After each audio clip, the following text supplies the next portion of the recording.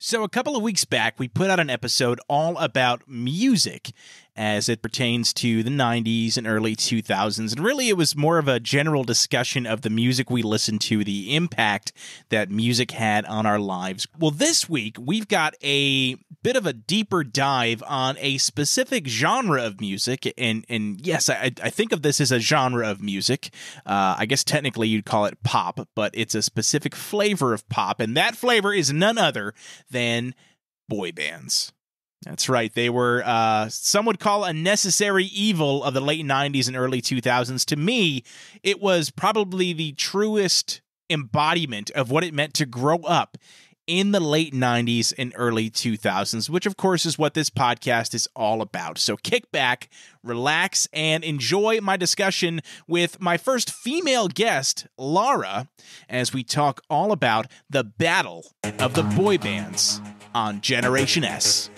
What is it? It's time to go back.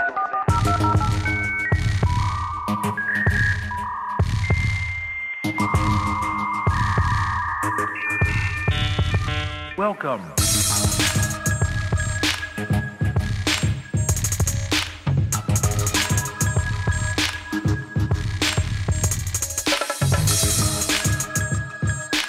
Hey everyone, welcome back to another episode of Generation S. It's a podcast about growing up in the 90s and early 2000s. I'm Dan Kemp, and today we are talking about boy bands. And I'm not ashamed to admit it, I am a huge fan of boy band music. I kind of always have been. I don't even want to say it's a vice because it's nothing I'm hiding. But I've got a very special guest today. In fact, very excited about this. Our first female guest host on the podcast, Lara Wachtler. Hey there, guys. And I think I pronounced it right that time. You did all right, actually, but the first name is Lara. I said Lara. Okay, you said a little bit Laura. No, I said Lara. Okay. That part I knew. I was good. You were good. This is also the first in-person podcast I've done for this. Like normally I do it remotely. We chat over video and then we record our audio separately. We've got a remote setup here. We're both looking at each other eye to eye. So yeah, crazy stuff. But anyway, super excited today. We've talked about doing this episode together for a while now. I know there's a few episodes you want to get done here with the podcast, and one of them was boy bands. So I figured this was a great one for us to start out with. Because let's be honest, as far as the music goes, there's nothing more 90s, 2000s than boy band music. It really hasn't. I mean, you have boy bands now, but it's different. And I think they wouldn't exist if it wasn't for this boom period in the late 90s, especially. So we're going to kind of talk about that today. We're going to talk about, obviously, our earliest memories of boy bands, the boy bands we listened to. We're going to talk about the songs that played on the radio, CDs we had, concerts. We're going to run the gamut on boy bands. We're going to talk about how, again, they're still kind of relevant today with some of the stuff that's being put out now. And obviously the nostalgia of all the older boy bands that are still out and touring too. So we're going to kind of go through that a little bit. And so, Lara, I guess that first question's for you. So, I mean, what are your earliest memories of boy bands and boy band music? Yeah, absolutely. Well, I grew up in a household with my father who loved everything Motown and doo-wop. So before I knew what a boy band was by definition of the 90s and how we know it in its iconicness, which is now a word I've decided, is that I knew the Temptations, the Four Tops, the Four Seasons. I mean, all of that. It was super, super fun. But then, here comes the raging hormones of a preteen or a tween, if you will. And all of a sudden, here we go. It's the boy next door, the bad boy, the brother of the boy next door, Marky Mark, the Lachey's, so on and so forth.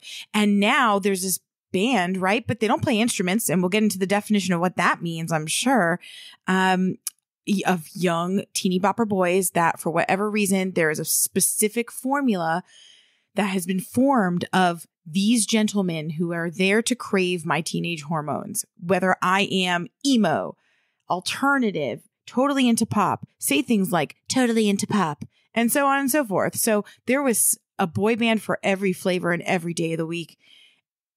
And my first memory, my first memory was seeing an opener, actually, believe it or not, growing up in South Florida. So we were over at the Panthers Stadium Great hockey team, not at all. And yeah, there was an opening boy band there at the time, and they were called 98 Degrees. Oh my gosh. Yeah, absolutely. So you saw them before they made it big. Yeah, absolutely. If they're opening, who were they opening for? Do you remember the concert? No, not at all. But you remember the opener. I did remember the opener. That's how they were successful. That's it right there. So yeah, and little did I know that, the Lachey's were going to be like a big deal, although whoever knows what happened to Nick Lachey's brother. Sorry. I think he's still around. I saw a picture of him on Twitter recently with his brother. Honestly, compared to some of the other band members, they haven't really aged much. They kind of look like they did 25 years ago. Well, interestingly enough, I think they were the older ones to begin with. They weren't teenagers to start, or maybe they were, but by the time I saw them in the mid-90s, they were probably already in their late teens and early 20s. Yeah, I never got teen vibe. I guess that's the thing, is I never got teen vibes from them. Yeah. Whereas and we'll talk about Nsync, obviously, and the Backstreet Boys. I think they were teenagers when they first started making it big. But they were really 98 Degrees was kind of marketed toward teenagers, but I feel like they were definitely more of an adult, almost R&B vibe with kind of, because they didn't really have the dance for teens down and stuff like that. So listen, actually, that's a perfect segue, because I want to talk about, we should establish what makes a boy band. Let's define what is the criteria that we're going to use today to define what a boy band is. So first off, like it's implied in the name, everyone's got to be a dude. Sorry, ladies, but you're not a boy band if there's girls in your group. Is that fair to assume? That's it. Yeah. Second thing, you kind of touched on it a little bit. They don't play any instruments.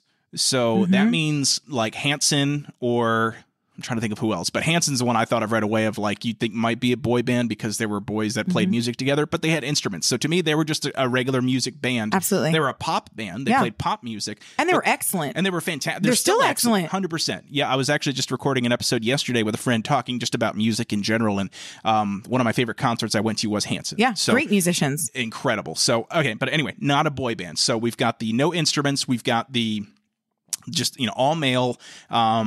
Do we talk about, do we include choreography as part of the criteria? Because if so, then we have to take out folks like Boyz II Men and 98 Degrees, or is that like hey, that just, it took you to the next stratosphere in terms of popularity? I think that was something that might have just kind of gone historically with the boy band feel, like when I was talking about doo-wop and Motown, but I don't think that necessarily it had to do, by boy band definition early on, it actually started off in barbershop quartets. Yeah. Right? Obviously, no choreography, maybe a little bit of like the swaying and the hand motion, but not I think highly. Too. I think that's the thing. I guess that's what a barbershop quartet is the acapella, where you are. And honestly, just looking back, and this is not a retrospective on boy band music, but like gospel music, right? Yeah. Wasn't that like a big inspiration for a lot of these boy bands? Yeah, absolutely, because of the really tight harmonies. Actually, first off. Yep. So, all right, so.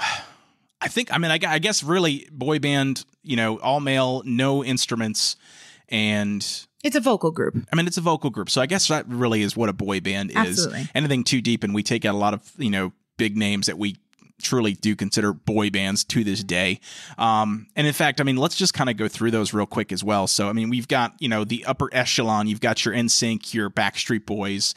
Would you rank 98 Degrees up there with them in terms of overall success and popularity, or would you say they're kind of like a B tier in terms of success? I would give them a B tier, unfortunately, because, you really had this feud going between Nsync and Backstreet Boys. It was really you were either one or the other. That's the thing. The feud wasn't between the groups. No, I think they even had the same manager, right? Yeah. It's funny when you look back, but you had these rabid fan bases that, you liked one. It was Pepsi and Coke. It was, WWF, WCW. It was Nsync. It was Backstreet Boys, and you were one or the other. You were Team Justin, or you were Team whatever the other guy's name is. As you can tell, I was Team Nsync.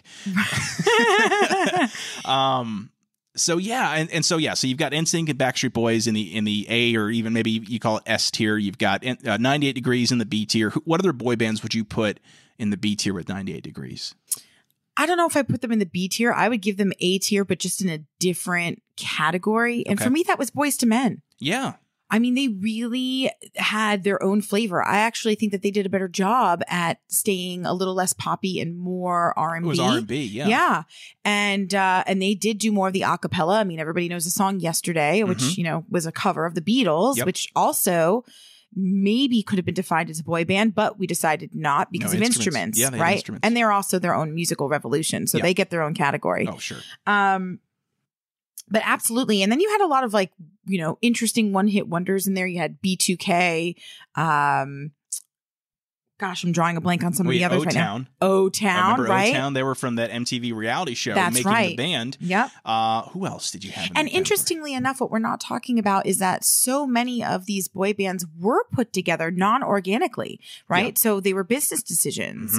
In fact, most of them started out, we think about Justin going into the 90s more. You have your Christina Aguilera, you have your Britney Spears, Ryan Gosling. All the Mickey Mouse Club. All Mickey Mouse Club, Yep. right? And so again, they were feeders. Well, and that's the thing too, and I guess that's almost like, if you were to call it the dark side of that genre of music, is that it was corporate manufactured. Sure. And I think that obviously drew a lot of flack because let's be honest, the 90s had some really good music. So, I mean, you had a lot of people that were kind of purists in the sense of like, these guys, they weren't the real deal. Right. When in my opinion, they absolutely were. Like, these guys were incredibly talented just because they were kind of that corporate bubblegum image.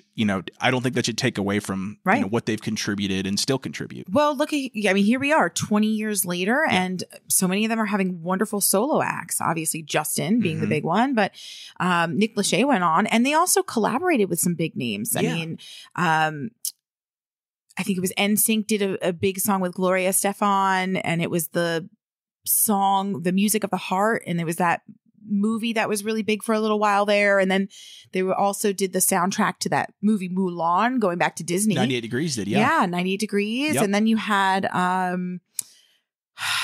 NSYNC, I think. Oh no, or was it 98 Degrees? I can't remember. One of them did a song with Mariah Carey. Right? That was 98 Degrees. That was 98 Degrees, right? And that's what that's what I like about 98 Degrees, is because it's funny, because since then they've actually done a lot of touring with Boyz II Men. I really feel like 98 Degrees was kind of almost that cultural crossover between, I mean, for lack of a better word, like white people music. And I don't mean that negatively, but like that pop, along with, I mean, they really had a good R&B flavor. Like, if you were to listen, you could listen to a 98 Degrees song and instantly know that it's 98 Degrees, right? Right. Whereas if you're uninitiated on something like Nsync or Backstreet Boys, you could probably mix them up pretty easily. Very much so, especially in the early years. Well, early years, or honestly, even now, like if you haven't listened to them in a while and you listen back, you're like, oh gosh, like some of the main ones, like, I Want It That Way, that's Backstreet Boys, or It's Gonna Be Me, or Bye Bye Bye. Those are like, I mean, iconic. But you look at some of their like, C-list, like number 7 on the album kind of deal. Like, I mean, it could mix up like you, and it's funny because I've actually seen clips of NSYNC and then Backstreet Boys conversely performing each other's songs live in concert. So, which again, it kind of reinforces there's no feud or bad blood. They're just having fun. But like 98 Degrees, man, like it had a different sound, but again, you still group them in with boy bands because of, those other criteria. But again, I love I'm a huge fan of 98 Degrees as well. Yeah, absolutely. So, same here. What about LFO? I mean, they were almost ironically 90s, right? They were just silly, and they knew it. They knew that that's what they had going for them. New Kids on the Block got a bunch of hits. Were they kind of like the meta version of the Backstreet Boys or New Kids? Or, I mean, not so hilarious that they're the Weird Al Yankovic, right? No, they were a legitimate musical act. Correct. But I think they were very self-aware. They knew that. They knew that what they had going for them was super pop and bubblegummy. They did not take themselves seriously. No. In fact, their hit song, right, was making fun of everything iconic of the 90s, and it worked for them. So maybe they were a 1, 2, 3 hit wonder. They had a couple decent albums. I had their CD. That was one of the first CDs I ever owned. I love their CD.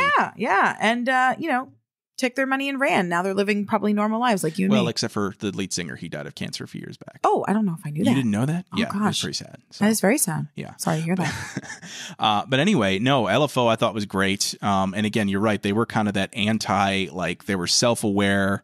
If you were to like have Deadpool be in a boy band, he probably would have been an LFO kind of deal, just to bring a little Marvel reference in there. Oh, thank you.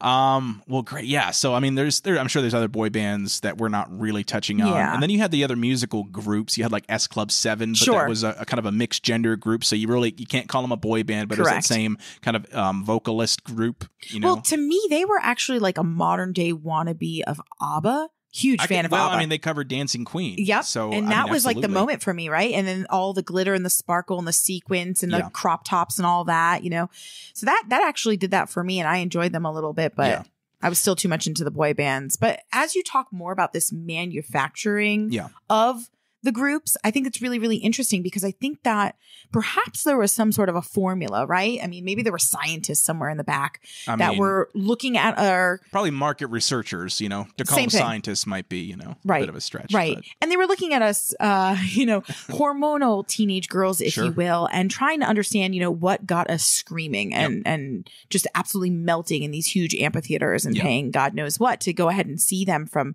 a million feet away. But, there was somebody in the boy band for each flavor, whether it was 3 gentlemen, right? Boyz II Men, 4, which happened to be a little bit of the magic number, I think. Well, 5 though. I don't know. There were some 5ers. Well, you had Nsync and Backstreet Boys were 5. They were technically the most 5, right? I would say. Yeah, absolutely. So there was a little bit for somebody, and sometimes maybe you weren't always into the boy next door. Once in a while, you liked the bad guy. Well, and I think what's and it's interesting from that perspective. Again, being you're a female, whereas as a guy, I like boy bands, but honestly, it was because, and I'm really hoping that other people listening to this can relate to this, because if not, I'm just going to sink into this chair and never come out. But really, like, I would listen to boy band songs going, girl, that's like, because, I wasn't the ladies' man I am now. Oh, that's surprising, Dan. I'm serious. No, I was like the dork in high school. It really didn't, it was like, why don't girls like me? And I was obnoxious. Don't lie. You were like Rico Suave. You know it. No, I wrote poetry. I didn't write poetry. But anyway, like, I wanted to be them because I knew that's what girls liked and their lyrics. And I'm like, oh, that's just what I feel. I want these girls to like me. And so I had such a connection to their music as somebody who was very insecure about myself and, my ability to connect, and be attractive. Mm-hmm. And so I think they really followed that old Hollywood formula of like, at least for guys, like, for a male celebrity in Hollywood, women want you and men want to be you. That's the old adage. What do you say? Adage. I'm gonna go with that one. It's the old saying. There it is. Where I think they kind of use that with the boy bands as well. Where like obviously for you guys they were mega sex symbols as much as teenage sex symbols, which just sounds weird in hindsight. I feel like things were a lot more sexual back then, which is funny because we've come a long way culturally, and that's something where we've kind of almost gone more wholesome in recent years. It's those raging hormones. I'm telling you. It really is, yeah. But again, like for the guys, the ones who were not ashamed to admit that they totally dug their music, like they looked at them going, oh, that's clearly the ideal male specimen for what. I mean, I can't tell you literally. I would see Nsync wearing turtleneck sweaters for a Christmas album going, I got to get a turtleneck sweater now. Right. And I got to gel my hair up like that because that's what girls want. Absolutely. And I based it off of what they did, which again, looking back, it's silly. Yeah. But I mean, that's the reality of it. And I think that's what they were going for. Absolutely. I mean, I'm pretty sure to this day, Justin Timberlake having, blonde spaghetti ramen noodle hair was somehow so sexy. And everybody can admit to that. Man, woman, tree. I mean, you were into it. Yeah.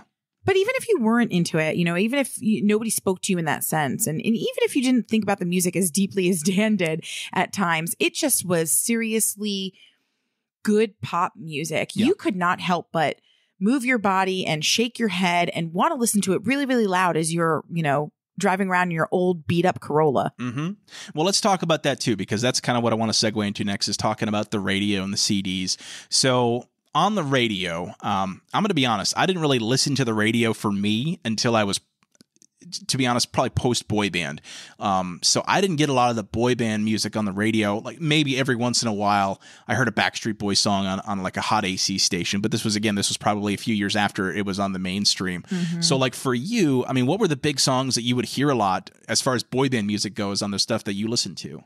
Yeah, well, again, growing up in South Florida, obviously we had our own flavor, but we did have our pop stations, or at least, your top 100 hits. Yeah. And so those are the ones that you heard over and over and over again. And whether you liked it the first time or the second time or the third time, by the 15th time, you were bopping along. Oh, so you didn't get sick of it. You were the opposite. You couldn't help it. And then, again, those Christmas albums, man, and they were played from October to January in, Abercrombie and Fitch, literally, right? Thanks, LFO. And every store that you went into, Aeropostale and all those. So, yep, I'm throwing those down for 90s. Absolutely. Mm-hmm. I had Aeropostale hoodies. Who didn't? I thought that was like, for me, that was my, okay, I've made it. I'm semi-cool now. I have an Aeropostale hoodie. Right, exactly. I couldn't fit into the jeans or anything like that because, I'm not a small guy. But right. I couldn't wear American Eagle or Abercrombie again. Those were, I was too big for those. Which Gotcha. That always kind of sucked. But yeah. So okay, that's all right. So you were bopping along. Again, for me, I didn't hear it as much. Now, where I did hear a lot of boy band music was the school dances. Yeah. So, you'd always hear, there would be like a dance off. If a Backstreet Boys song came on, there'd be two kids goofing around having a dance off. I always, of course, I'm a sucker for love ballads. So like anytime a slow song came on, it was usually a boy band song. Yep. And so I was like, oh yeah, this is my chance to go, woo my crush. Right. And, I had a couple of crushes. And to sway and hold your hands really far apart. That's right. You got to leave room for Jesus in the middle there, so it was the awkward slow. Listen, if you're listening to this and you grew up when we did, the awkward slow dance we're talking about. Oh, yeah. You guys are literally 3 feet apart. Your hands are like, so, okay, it progressed, but back in like elementary school, middle school is when I first went to dances. You both had your hands on each other's shoulders. Absolutely. And you were kind of swaying. And then as you got a little older, guys got a little braver. They brought their arms down, maybe had them on their hips. But either way, the eye contact was difficult.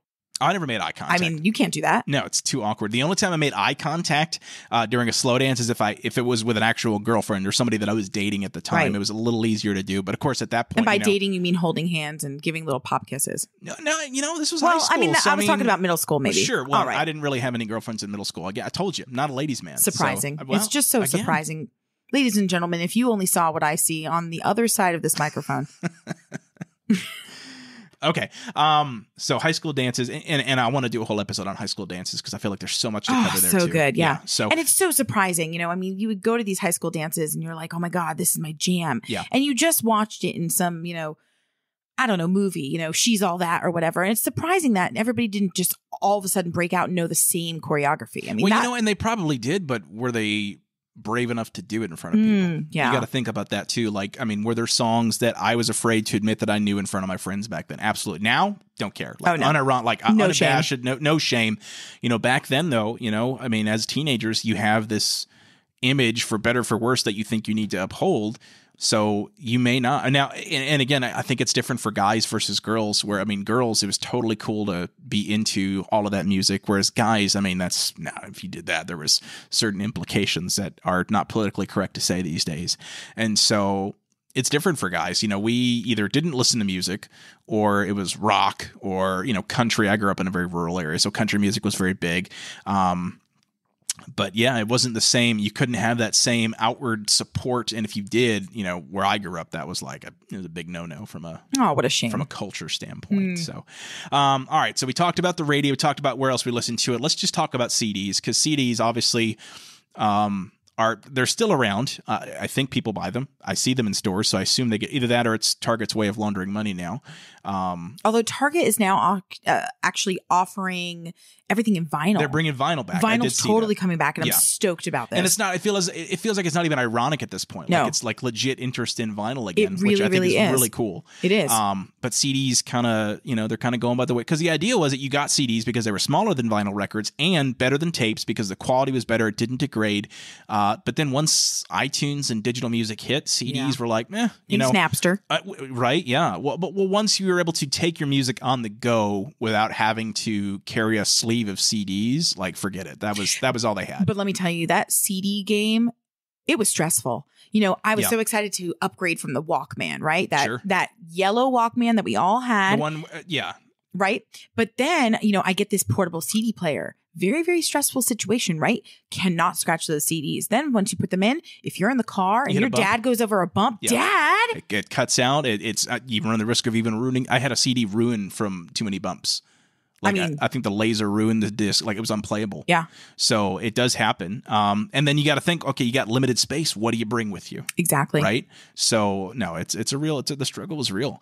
And then if you were real fancy, you had in your room that giant JVC 6-disc changer. I didn't have that, for the record. Which, by the way, got stuck all the time. See, I never used it, so it was overrated. Do you think? I think so. Yeah. Okay. And I got my first iPod when I was in.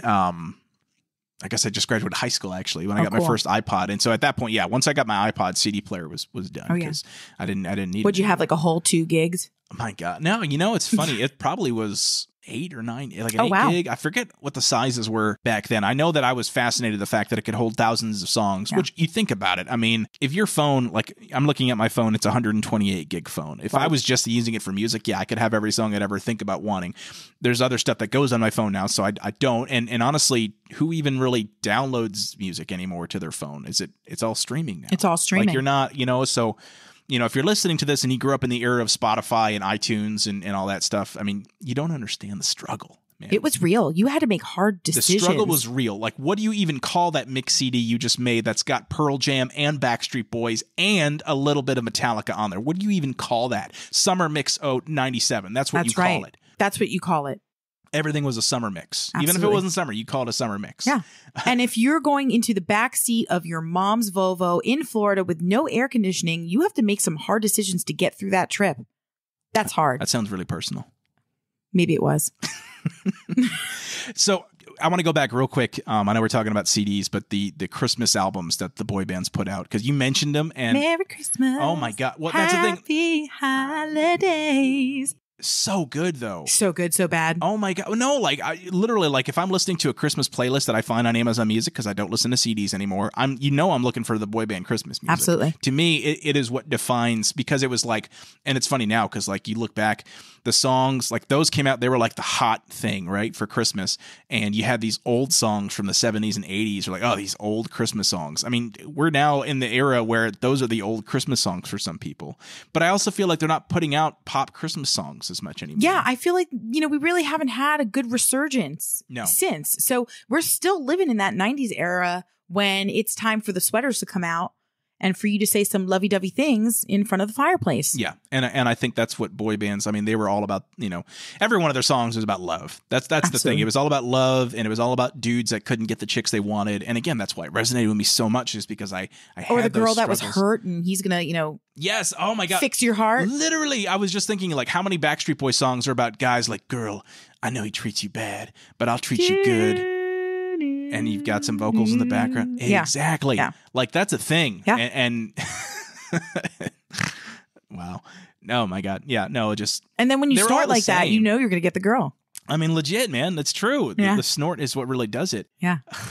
I mean, we've really evolved, I think, Yeah. because we can talk about everything and anything when it comes to love and being free and open. But back then, it was hard to be exactly who you wanted to be. I mean, and you could there was a song not for it. snort in front of the girl and she's into it. No. Right now, that did it for me, Dan. I don't doubt it. Loved it. I don't doubt it.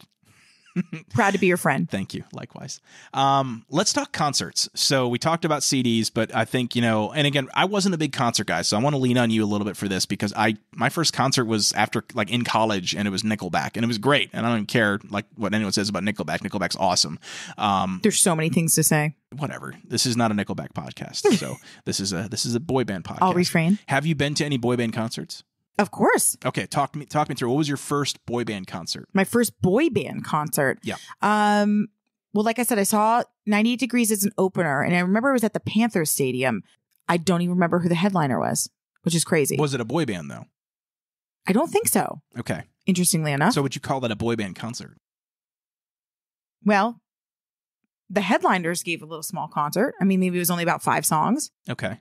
All right. So I guess we can give that my first mini. But my real boy band concert, my very first one was Backstreet Boys. Okay. Absolutely loved it. Yeah. Little did I know that I actually became later on more of an Nsync girl. Now tell me, okay, so this is interesting, because I was more Nsync than Backstreet Boys, but I solely attribute that to the fact that I got No Strings Attached, the album, when I was 12.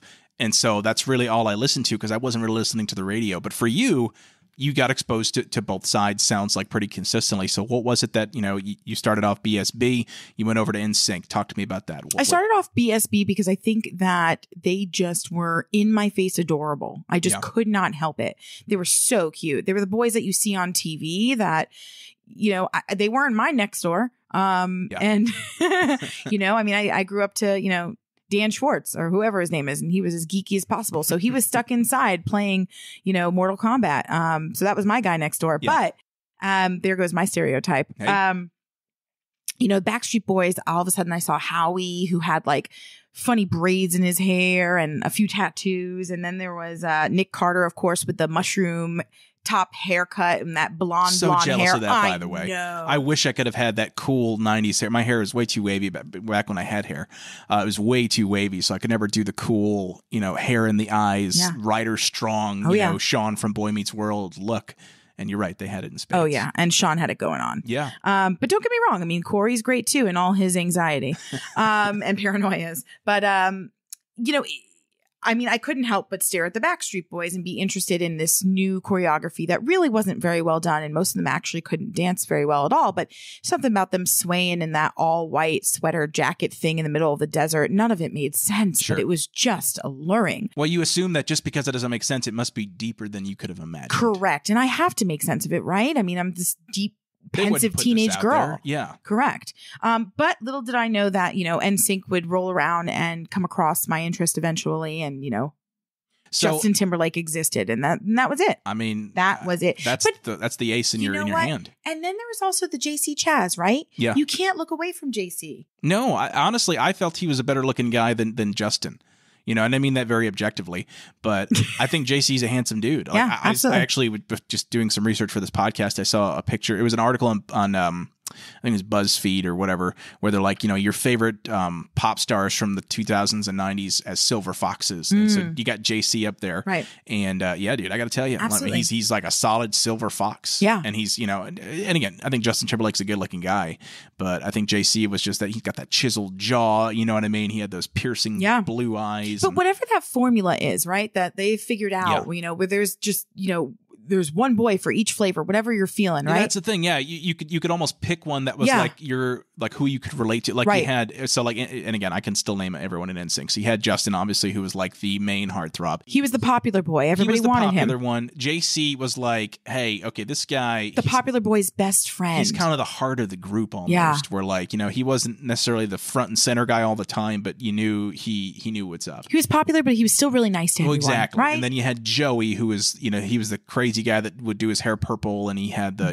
whatever. He was the class clown. I guess that's probably the way to put it. Well, see, I would always say Chris was more of the class clown, at least looking in the behind the scenes videos. Nah, I just thought of him more as like the sweet, jolly little guy who, he had a sweet face and a kind smile, but he wasn't hot. Too. Remember those braids he had when he first started out? Yeah, but they all tried to mimic each other, and you were kind of like, "Aw, Chris, you trying to be Joey?" And then you had Lance, who was this soft-spoken, sweet guy that all the ladies wanted, and turns out many years later realized they could never have. Right, which makes you still want him.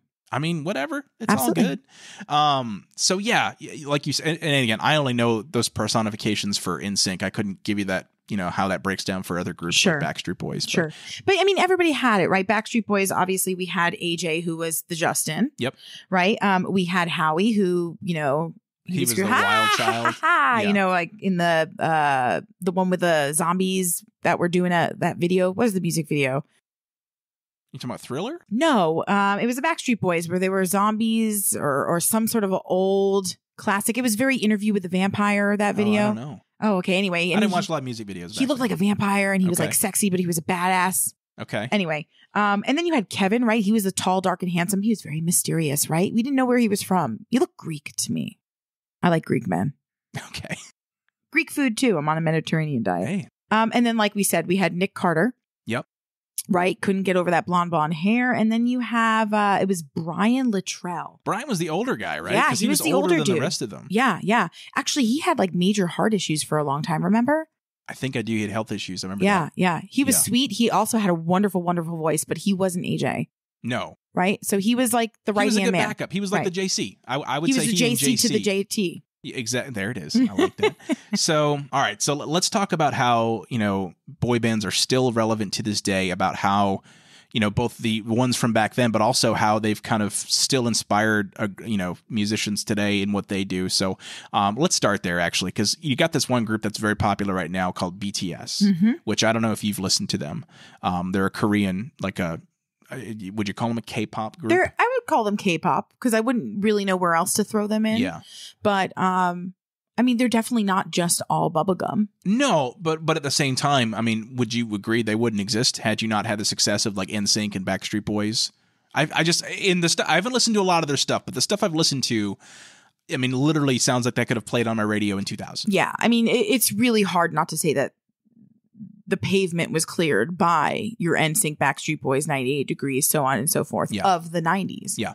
But, it's really hard to attribute that here 25 plus years later. However, it's obvious. Yeah, and because that's the thing. I don't listen to them a lot to know much about them, but they're not like an LFO where they're like self-aware, right? Like they're legit musical act, and they're like legitimately popular, not just because they're supposed to be a parody of boy bands. Like they're Correct. a legit popular group. Absolutely. And again, please excuse my ignorance. I don't listen to them enough. I think they're very good. The stuff I listen to I've really liked. Yeah. So okay. Well, we're not in the 90s anymore, and so that also means that you and I have aged. Yeah. So as so much is our as we taste. don't want to admit it. Do we know if they're manufactured as well? That I don't know. Again, I haven't done any research on them to know if they were a group that was put together on purpose for the sole purpose of selling out venues and stuff like that. Right. So before them, though, I mean, going back even 10, maybe 15 years, you had like the Jonas Brothers. I would say that they were a boy band, right? Because and here's the thing. I didn't listen to the Jonas Brothers. Were they instrumentals? Like, did they play instruments or were they just vocalists? I think they started out playing instruments. Okay. I know that one of them for sure was on that keyboard. Okay. So they were maybe not a boy band then, I guess. Yeah, but then it all became a little bit more choreographed. And Okay. and I feel like they were really short-lived because you had Nick that went solo quickly. Yeah. Right? It took Justin years to go solo. Yeah. Which, I mean, he's still having a magnificent solo career. Oh, well, and that's the thing. And we'll talk about that too, because I want to talk about how some of the bands have come back around and some of them really haven't. Mm-hmm. So let's see. So you got the Jonas Brothers, and then the next one for me is like One Direction. Yeah. They got big on that reality show X Factor, or was it X? It was X Factor. Mm-hmm. Yeah. A boy band, right? Yeah. Because I don't think they play instruments. I remember they would, because I was working at a radio station when they really started to get big, and they were like, these guys are the next Beatles, and I was, give me a break, and then I listen to their stuff, and it's good. But again, they feel like they didn't really stick around. You don't really hear much about One Direction anymore. You don't. I think that, they were great for a couple of years there, but they really had no dimension to their sound. Yeah. Every single song sounded exactly the same. And of course you can argue that about any group. Sure. But I think them in particular sounded so 2018. Yeah. And here we are 2022 and we've just like completely evolved from them. Right. Yeah. No, I think that's very fair to say. So other than like One Direction, is there any, and then, I mean, do we go right to BTS as far as like a traditional quote unquote boy band, or was there anything in between that I might have missed? I mean, maybe there was a one-hit wonder or two that you and I missed, but I really don't think so, actually. And the funny thing is, too, boy bands in general probably never went away. But in terms of like mainstream popularity, like there really hasn't been any to do it since, and even before Nsync and Backstreet Boys, you had like New Kids on the Block. Exactly. We didn't really touch on them because honestly, that was a little before my time. It was. But all praise Marky Mark. Well, then no doubt, but Marky Mark wasn't in New Kids on the Block. His brother was. But so anyway, so let's also talk about how some of these groups are still touring or doing like reunion tours. The first one that comes to mind is Backstreet Boys, only because on my Facebook feed, a lot of my friends went to their concert recently up in New York, and I think they're in Hawaii, and so I mean they're everywhere, and they really, I'd say probably for the last 10 years have had a pretty consistent touring schedule. Where are they even putting out new material at this point? I actually don't know the answer to that. I mean, it's so hard because even if they are, I don't know if I'm going to go for it. Right.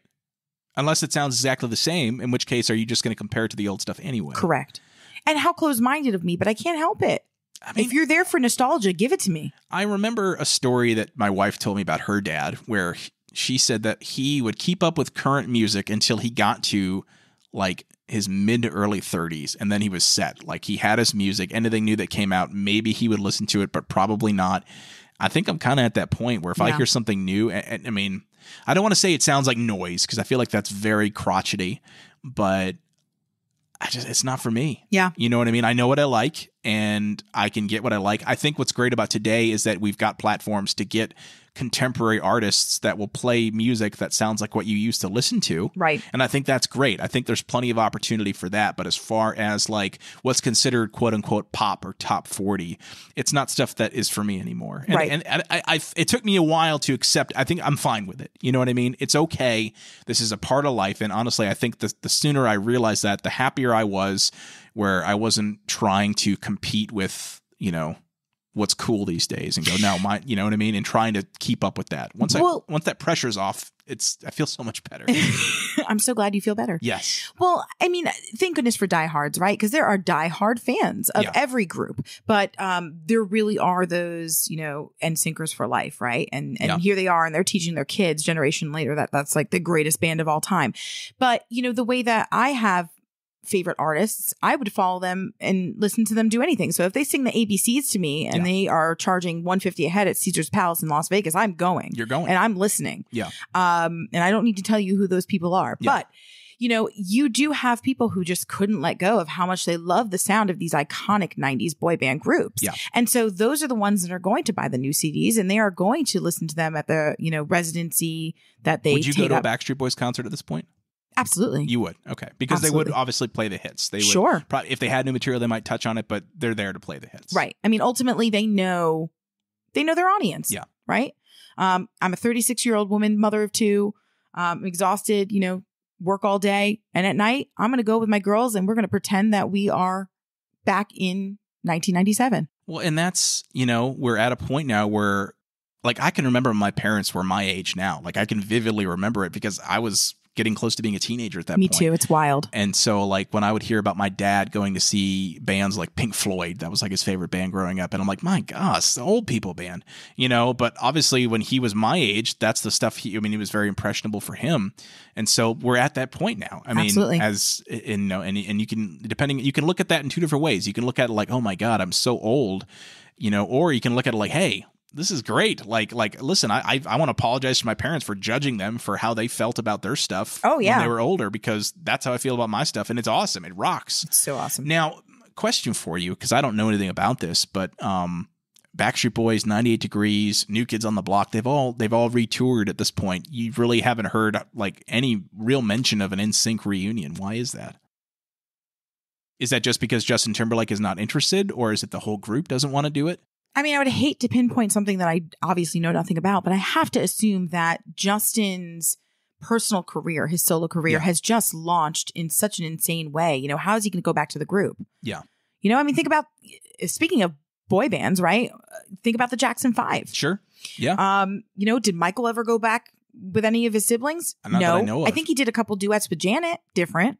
Yeah, but that was still that's solo, different. Essentially. And she also had quite a solo career. She still does. Oh, 100%. So, and rest in peace, Michael, while we're speaking of you. Sure. But yeah, I mean, I don't know. Once you've seen the city, how do you put baby back out to pasture? So how is Justin supposed to go backwards? And the others, they've also moved on and they have more, quote unquote, mainstream normal lives. Yeah. So who has any idea what Chris is doing? I will say Joey's cooking, I think. I think he is. Well, then they've hosted like game shows and stuff. I will say, but just comparing Nsync to Backstreet Boys, I will say that I feel like Nsync's members had more successful solo endeavors, not necessarily musically related. Lots of Dancing with the Stars, I think. Well, and there's Dancing with the Stars, but even like Joey was a game show. I forget the name of the show, that it was like the Singing Bee or something. Or maybe that wasn't him. I don't know. I know that he was a game show host. I know like Lance Bass has done a lot of stuff. And obviously with him coming out, was it 10, 15 years ago that it has to have been a while ago. Good for him. I mean, well, no, great for him. And the fact that he's still kind of an advocate for, for troubled youths that are struggling with their sexuality. I think that's great. So I just feel like I guess like you said, they had more success doing their own thing after the fact, that they don't really need to go back and do it. And who knows, maybe they, I'm sure they probably enjoyed it to a degree, but maybe they really didn't have the greatest experience doing it while they were doing it. You know what I mean? Like, it obviously made them very successful, but maybe it was also a dark period in their lives. That we don't you never know. I mean, touring is really, really hard on everybody, families. And, I mean, and they were all still relatively young. They were. And they were young and they were naive. And so, again, maybe it just left a bad taste in their mouth. And nothing wrong with that. Like, absolutely. If I respect that. I mean, think about who they used to, walk hand in hand on the red carpet with, right? They all dated other different celebrities at the time, right? Yeah. We all know the JT. Justin and Brittany. Yep. Everybody knows that. Everybody knows that outfit where they were in matching denim. Oh, yeah. Gosh, how do you forget that outfit? You don't. That's the answer. We should go for Halloween as them. It's Justin and Brittany? Yeah. We could figure that out. Iconic outfit. Yeah, absolutely. Mm-hmm. Oh, man. Well, listen, this was a lot of fun. We're almost 45 minutes in here, and which is honestly a lot longer than I thought we could talk about boy band music. So this was great. Wonderful. Any other takeaways on boy band music that you want to share with the listeners here? I don't know. I mean, I say, share this music with your kids, right? I mean, whether they like it or not, whether they think it's lame or not, whether they think it's totally their jam, even though they wouldn't say it that way, because I guess that's what we say. That's what I say. Yeah, it's my jam. Oh, that's my jam. Yeah. I don't know. They have to feel it, right? I mean, how do you not move to that music, right? So it's funny. There's a commercial that's on, I don't watch it on TV, so it's on YouTube, I know for sure, where you got this girl who's clearly like maybe 16 or 17, and she says it's an advertisement for Google smart devices, and she's like, "Hey Google, what's that song that goes and it was Backstreet Boys." Oh yeah. And so my wife watched that just enraged. On one hand, it was cool because it got the party going and they're listening to Backstreet Boys, but it was treated like an old throwback song. And so Beth was watching it like, how do you not know that song? Like she was getting so frustrated. So I thought that was hilarious that it's being used in Google commercials now as a, hey, remember this band? So, but like you said, I want my kids to listen to the stuff that we listen to, and they may not like it. And again, please know, like if you're listening to this and you've got kids and you have a taste in music that they're not going to agree with, that's okay. That's okay. It's perfectly fine. And there's nothing wrong with the stuff you liked. It's still awesome. It's still awesome. It's still awesome. And so are you. You are awesome. Yes. Yep. And if you're listening to this, hopefully you've gotten a little bit out of this as far as why I personally love boy bands, but also Lara here. So absolutely. And I said it, Lara. And the 90s. And the 90s. Love the 90s. Love the 90s. And I love their music and all the boy bands that come with it. And just share the love. Keep it going, right? I mean, one day these songs are going to be on the oldies station. Oh my God, I said that. I mean, I think they probably are. They probably are. But they don't call it oldie stations anymore because we wouldn't want our stuff to be on an oldie station. They call it 90s, 2000s, and today. Or they call it hot AC. Oh, that's the actual. Yeah, as somebody who comes from the radio biz, that is the technical format by which this usually absolutely fits. But you know what? Stop doing math. We don't have to think about these years as in, actual numbers and how long it's been. These are the songs that live in your heart. That's it. Yeah. And they're not going anywhere. That's it. Yeah. Enjoy them. Enjoy them around you. Enjoy them with everyone. Yes. Awesome, Lara. Listen, thank you so much for doing this. I mean, this was a lot of fun. And thank you for listening, guys. Hey, if you like doing this, if you like listening to our podcast, we put this out every other week. And you can check us out on Facebook as well. The Generation S Podcast on Facebook. Give us a like out there. And if you like this show, really, you always hear this on podcasts, but tell a friend, to check us out. And this is just so much fun. I really love doing this. I love getting people on to goof off with and just kind of talk about a time that for us is, the good old days. And we're finally at a point where the 90s are the good old days, for better, for worse. So we're talking about it now, and we're loving the fact that it happened. But at the same time, I'm not longing for those days. I still love my life now, and but it's so nice to go back and just talk about some of this stuff. So thank you guys so much for listening, and we will talk to you soon. Goodbye.